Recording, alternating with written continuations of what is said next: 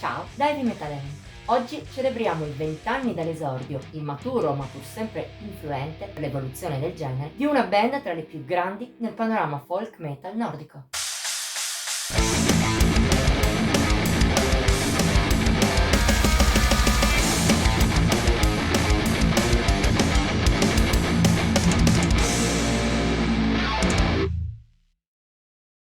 I gruppi metal che hanno raggiunto una certa fama si possono dividere più o meno in due categorie. C'è chi riesce subito ad autodefinirsi e a debuttare col botto, e chi invece viene fuori alla distanza, o almeno ci mette un po' di più a ingranare. Tra queste due categorie, i corpi clani ricadono di sicuro nella seconda, seppur in maniera abbastanza atipica. Il loro Spirit of the Forest è infatti un esordio che, pur non brillando nella discografia dei finlandesi, vista anche una certa immaturità, si rivela lo stesso seminale. Uscito esattamente 20 anni fa, il 10 novembre del 2003, da un lato non è innovativo in maniera radicale. Già all'epoca la scena finlandese, seppur ancora nelle sue fasi iniziali, era già attiva grazie a Ensiferum, Fintroll e Moonsorrow, tra cui questi ultimi pochi mesi prima avevano già raggiunto uno dei picchi di grandiosità della scena con il loro Kiven Kantaja. Dall'altro però Spirit of the Forest presentava già alcune scintille di innovazione che poi attecchiranno molto bene nel genere. Oggi forse è difficile da immaginare, ma in quel 2003 il folk metal si stava consolidando come un genere molto serio. I già citati gruppi finlandesi la esploravano in una maniera legata al metal estremo e spesso a un immaginario viking pagan, sì, anche i Fintroll nei loro primi album, come anche altre realtà nel mondo. E anche chi affrontava il genere in maniera più melodica o si era evoluto in quella direzione, gente come Otik, Kruakan e anche i nostri Elvenking, per intenderci, rimanevano piuttosto seriosi. Sì, c'era qualche spunto più faceto qua e là, specie nella musica dei già citati Fintroll, Elvenking e soprattutto degli Skyclad, che pur avendo di fatto inventato il folk metal, sono sempre stati poco considerati. Di norma l'idea che tutti questi gruppi davano era di rispettare la condizione secondo cui il metal doveva essere per forza austero. I corpi clani sono stati fondamentali per scardinare questo stereotipo e inventare di conseguenza il folk da taverna.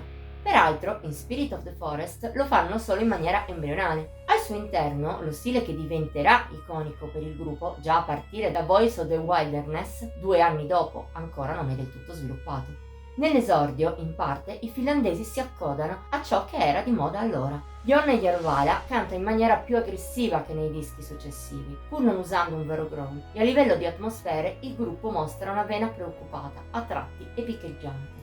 Ma c'è spazio anche per spunti quasi festosi o persino allegri, per esempio in Wooden Pines, Before the Morning Sun o Pellonpekko.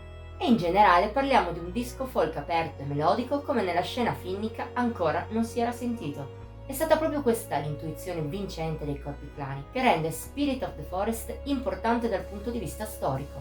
Unire la tradizione nordica con l'attitudine del resto d'Europa e aggiungere un tocco meno serio. Un tocco che tra l'altro, in questo esordio più compassato e meno cacciarone degli standard futuri, crea un ibrido peculiare, ma in certi momenti davvero efficace.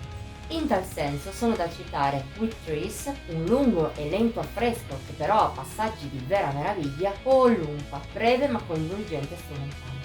Il picco del disco è però la già menzionata Wooden Pines, una delle canzoni più belle dell'intera carriera dei Corpi Clani. Nonostante l'allegria, ha anche una bella profondità che evoca paesaggi naturalistici, nonostante il testo alcolico che già guarda al futuro del gruppo. Certo, in altri frangenti, il fatto di non avere ancora un'idea specifica in mente, come accadrà in futuro per Spirit of the Forest, è più un difetto. Al di là della registrazione un po' grezza, si sente che i corpi clani all'epoca non erano ancora del tutto maturi e tendevano a esplorare in varie direzioni. La citata Before the Morning Sun è un esempio perfetto di come a tratti i finlandesi sperimentino influssi in metal classico e a volte persino trash nei riff. In certi casi, come in questa canzone, lo fanno in maniera ottima, coniugando bene entrambi i mondi, ma altrove le cose non vanno altrettanto bene, specie quando esplorano in altre direzioni.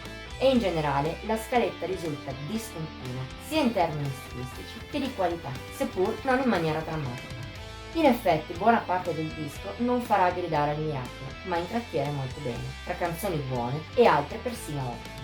D'altra parte, le ben 14 che riempiono il disco sembrano un po' eccessive, seppur molte siano interludi strumentali. Anche così i corpi clani potevano tagliare un po'.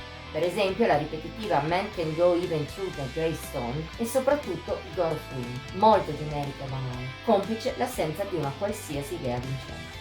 Riassumendo, Spirit of the Forest non è un album perfetto e risente di come i corpi clani fossero un filo acerbi all'epoca.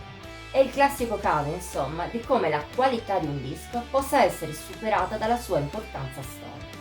Perché quest'ultima è indiscutibile, seppur in maniera timida, qui si piantano i semi che poi cresceranno nella branca meno seriosa e più allegra del folk metal, e anche quelli di una prolifica e valida carriera. Per alcuni fan più oltranzisti, tutto ciò è stato una tragedia, perché avrebbe reso il genere una barzelletta. Ma per chi come noi ama anche sonorità da taverna o comunque brillanti, questo rende Spirit of the Forest fondamentale, oltre che valido anche di suo. In fondo, tra pregi e difetti, sono i primi a essere in maggioranza, coi corpi clani che già dimostrano in parte le doti per cui nel tempo sono diventati un nome di punta. E questo è un altro bel motivo per festeggiare il suo ventennale con noi, riascoltandolo oggi, o per aggiungere questo loro esordio alla tua collezione, se ami questa branca del folk metal ma finora non l'hai mai fatto. Voto di Heavy Metal Heaven 80 su 100. La nostra settimana di sgoccioli. Ti è piaciuta la retrospettiva? Dicelo nei commenti, oltre a metterle like e a condividerle. Ti invitiamo inoltre a iscriverti al nostro canale e attivare la campanella degli avvisi per rimanere sempre al passo con i video che pubblichiamo ogni settimana. Infine, siamo anche su Facebook, Instagram e Pinterest. Trovi il link qui sotto. Ci vediamo la prossima volta.